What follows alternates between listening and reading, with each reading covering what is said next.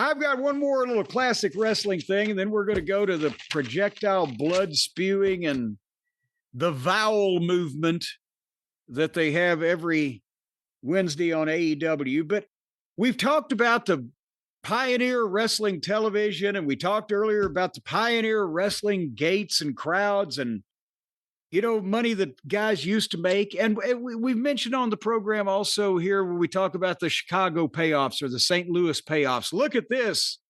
Brian, Harley Race, and Dick the Bruiser got $6,000 each in St. Louis. That's like $23,000 today or whatever. And yeah, they were big national stars and these were major markets and they were figured in main events. They were very well used. But I know a lot of the fans, they hear the stories of, well, back in the territory days, the wrestlers didn't make, because all the wrestlers say, we didn't make any money. We were underpaid and we were screwed around. And a lot of that is true. But the thing, there was money to be made in wrestling and some people made it. As I think everybody, it's not an inflammatory statement to make that everybody can agree that sometimes many of the boys were their own worst enemies when it came to, if not making any money, saving any money. A lot of times part of it was taxes as an independent contractor, paying estimated taxes 4 times a year and keeping your records and etc. That's what the downfall for a lot of guys was. And it is true that a lot of guys, either got screwed on payoffs or didn't make any appreciable big money. And sometimes it wasn't their own making, but sometimes it was just that they never got the spot or the opportunity to get in where there was consistency, because that's the thing for territory wrestling, especially for the promoters and the wrestlers. Consistency was the key to making money. Just a different kind of consistency with the promoters. Even if you didn't have a major market like Chicago or Dallas or New York or whatever, you could make money in territory wrestling if you had towns that were consistent, that year in, year out over time, you knew that you were going to sell between X and Y number of tickets. Example, Tennessee territory, Louisville, Kentucky. The biggest wrestling crowd in Louisville of the Jarrett territory era was 6,500 people, because that's how much the Gardens held when it was sold slap dab out. The biggest wrestling crowd in Louisville of all time up until the modern Attitude Era Wars was like 9,000 back in the days before they did the renovations on the Gardens when it was still the Armory and they could jam them in the 50s. And that doesn't place anywhere near, the top 20 or 30 markets for big 5-figure wrestling crowds. But the thing about Louisville was it ran 52 weeks a year and they sold between 150 and 200,000 tickets a year. You could count on 3,000 people. You could do between 3,000 and 4,000. Many of those years a little bit better. And then it tailed off at the end. But you see what I'm saying, Brian, for consistency, if you had 5 towns in your territory that you knew were going to sell 75,000, 100,000, 150,000, 200,000 tickets a year, what the fuck, right? That's, as a promoter, when you could establish that, you made your money. And the wrestlers, their consistency was, what ate you up then was moving all the time. You paid your own expenses, but if you only got to run underneath in a particular territory for 3 months, and especially if you were married or you had to give up an apartment and get a U-Haul and move shit to a place, it wasn't worth going. Even 6 months in some places. That's what the bigger territory jobs, not only because they had more towns and bigger markets, but also because you got a longer run in a territory that ran more towns, that either wasn't weekly, or even in the case of the old Carolinas territory, a lot of those towns were weekly, but they ran 2 or 3 towns a night.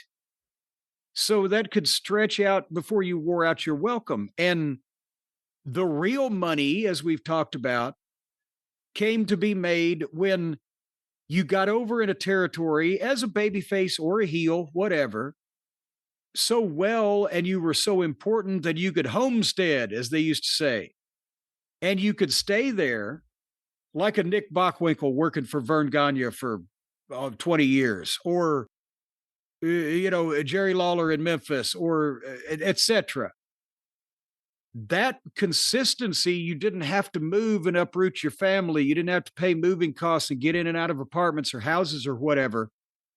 If you got a good spot in a good territory where you were figured in and you could stay for long periods of time, that was the consistency for the boys, right? So even if you weren't a star, you could prosper.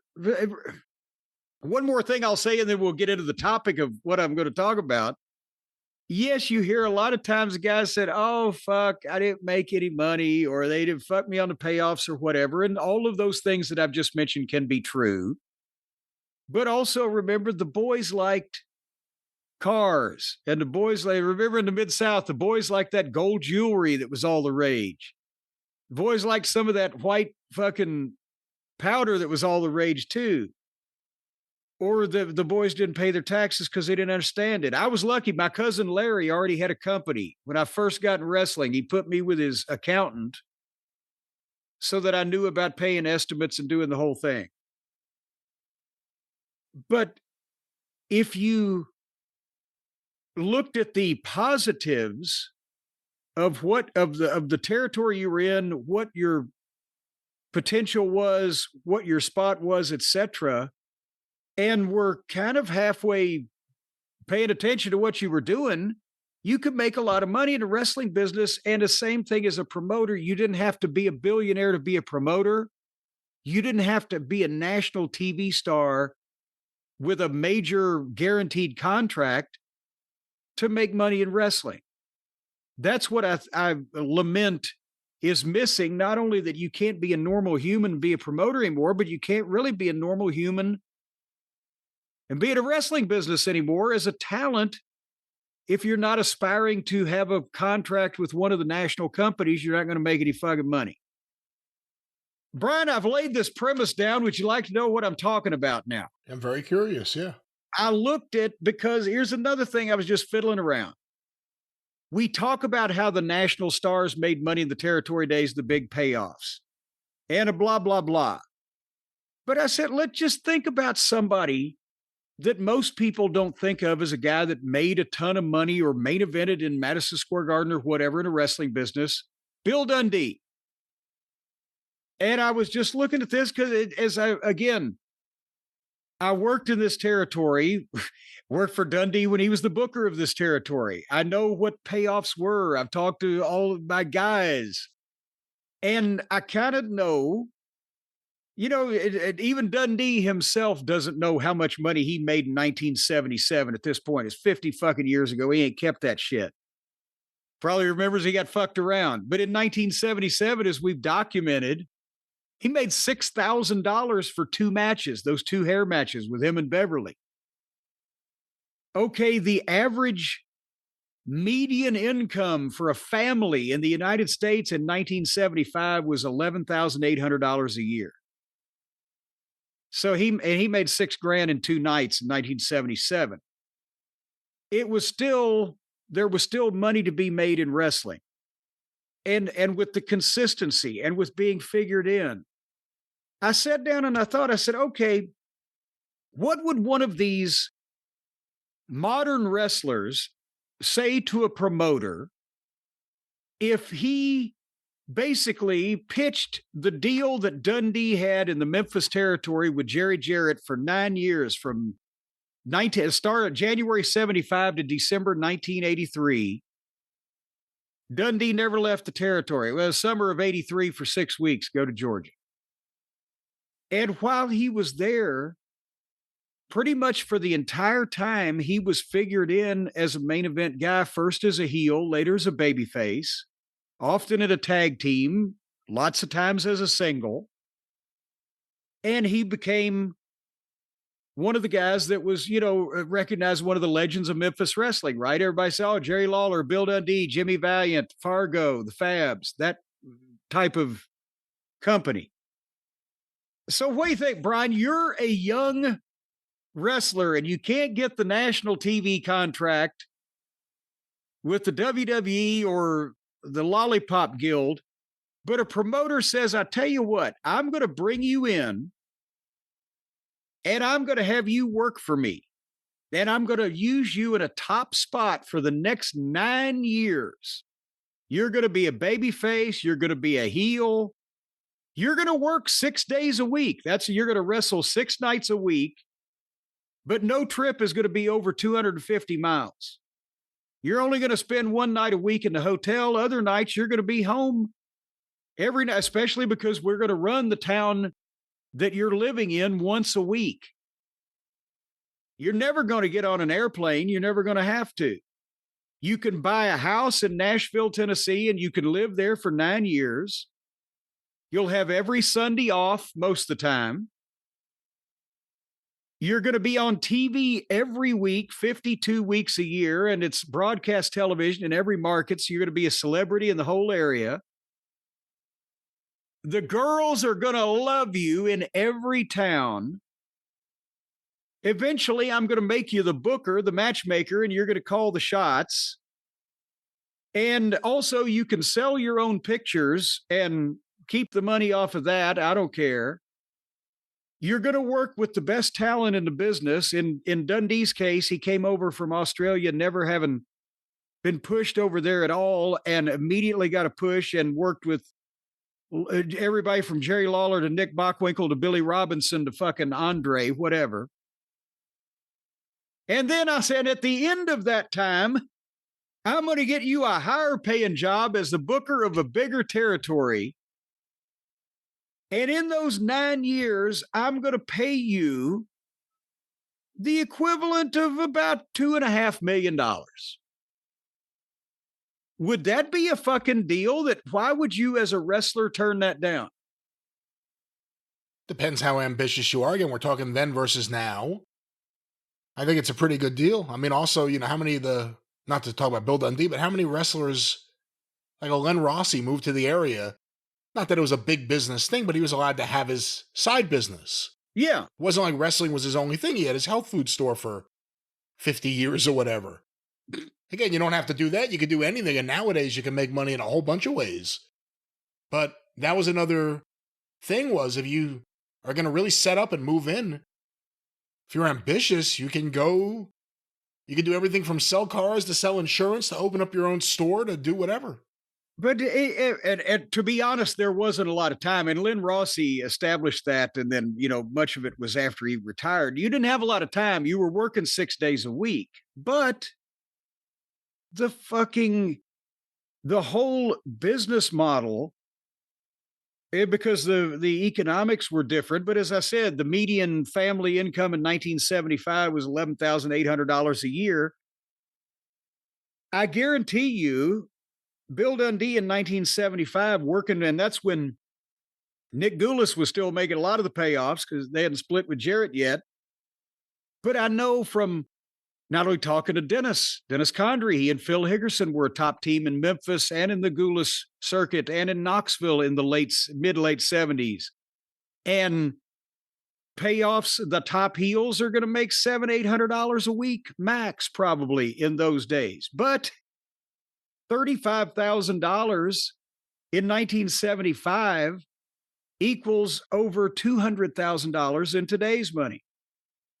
And I know when I was there, the payoffs that I was getting, in 1982, the median family income, by the way, Brian, for a family was $23,430. When I started as the lowest paid guy on the roster and the flunky manager, I started out making the median family income in my first fucking job. So I know that if I was making $400 a week, then Bill Dundee, the main event guy and the booker, was making 1,200, right? I'm not saying he was making $5,000 a week in the Tennessee territory. But that was the thing is if you made $1,200 a week in those days in a territory that size, 60 grand in 1983 is almost 200 grand in today's money. And then you're selling pictures. We've talked about the picture sales. And you're just so you had a guy. That's what when Jerry Jarrett called me in the first day at Channel 5 when he said, "Hey, kid, you want to be a manager?" Dundee was the booker. Dundee was in the room.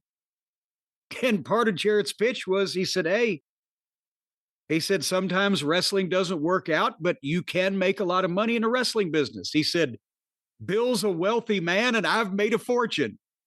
And both of those were true. Dundee wasn't a millionaire owning a goddamn construction business, as Jarrett was later on. But he had a fucking house and he had a fucking high paying job in a home area that he was figured in, and it lasted for a long period of time. Did Dundee save? I don't think he. I don't think he was an Angelo Poffo, but at the same time, he's had businesses after he got out of the business, and he wasn't out there. Dundee wrestled independence because Dundee would rather wrestle than take a shit in the morning. He just wanted to get in the ring and do shit. So, but I think he was fairly smart with things. But that's the point is you had the opportunity and getting in the office or becoming a booker or things like that. That was the path. If you got settled, that was the next step. And that's why I never thought, I'll say this and it will bring this to a fucking close. But I never thought that I was going to work anywhere else besides the Memphis territory. And that's why, when you see everybody that thinks, oh gosh, I've always, the WWE was their dream and they always wanted to go there. And I'm not knocking the WWE when I say this, I'm just because it's the biggest company. When Jerry Jarrett said to me, "Hey, do you want to be a manager?" Holy shit, yes, I do.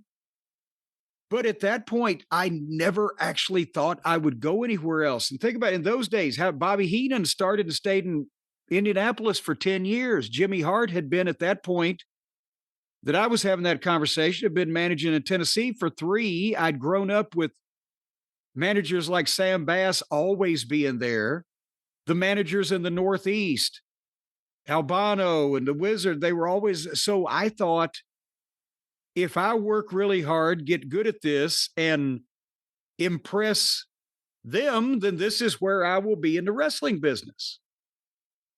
I didn't think that anybody else would really particularly want me. Why the fuck would any other promoter want me, is what I was thinking at the time.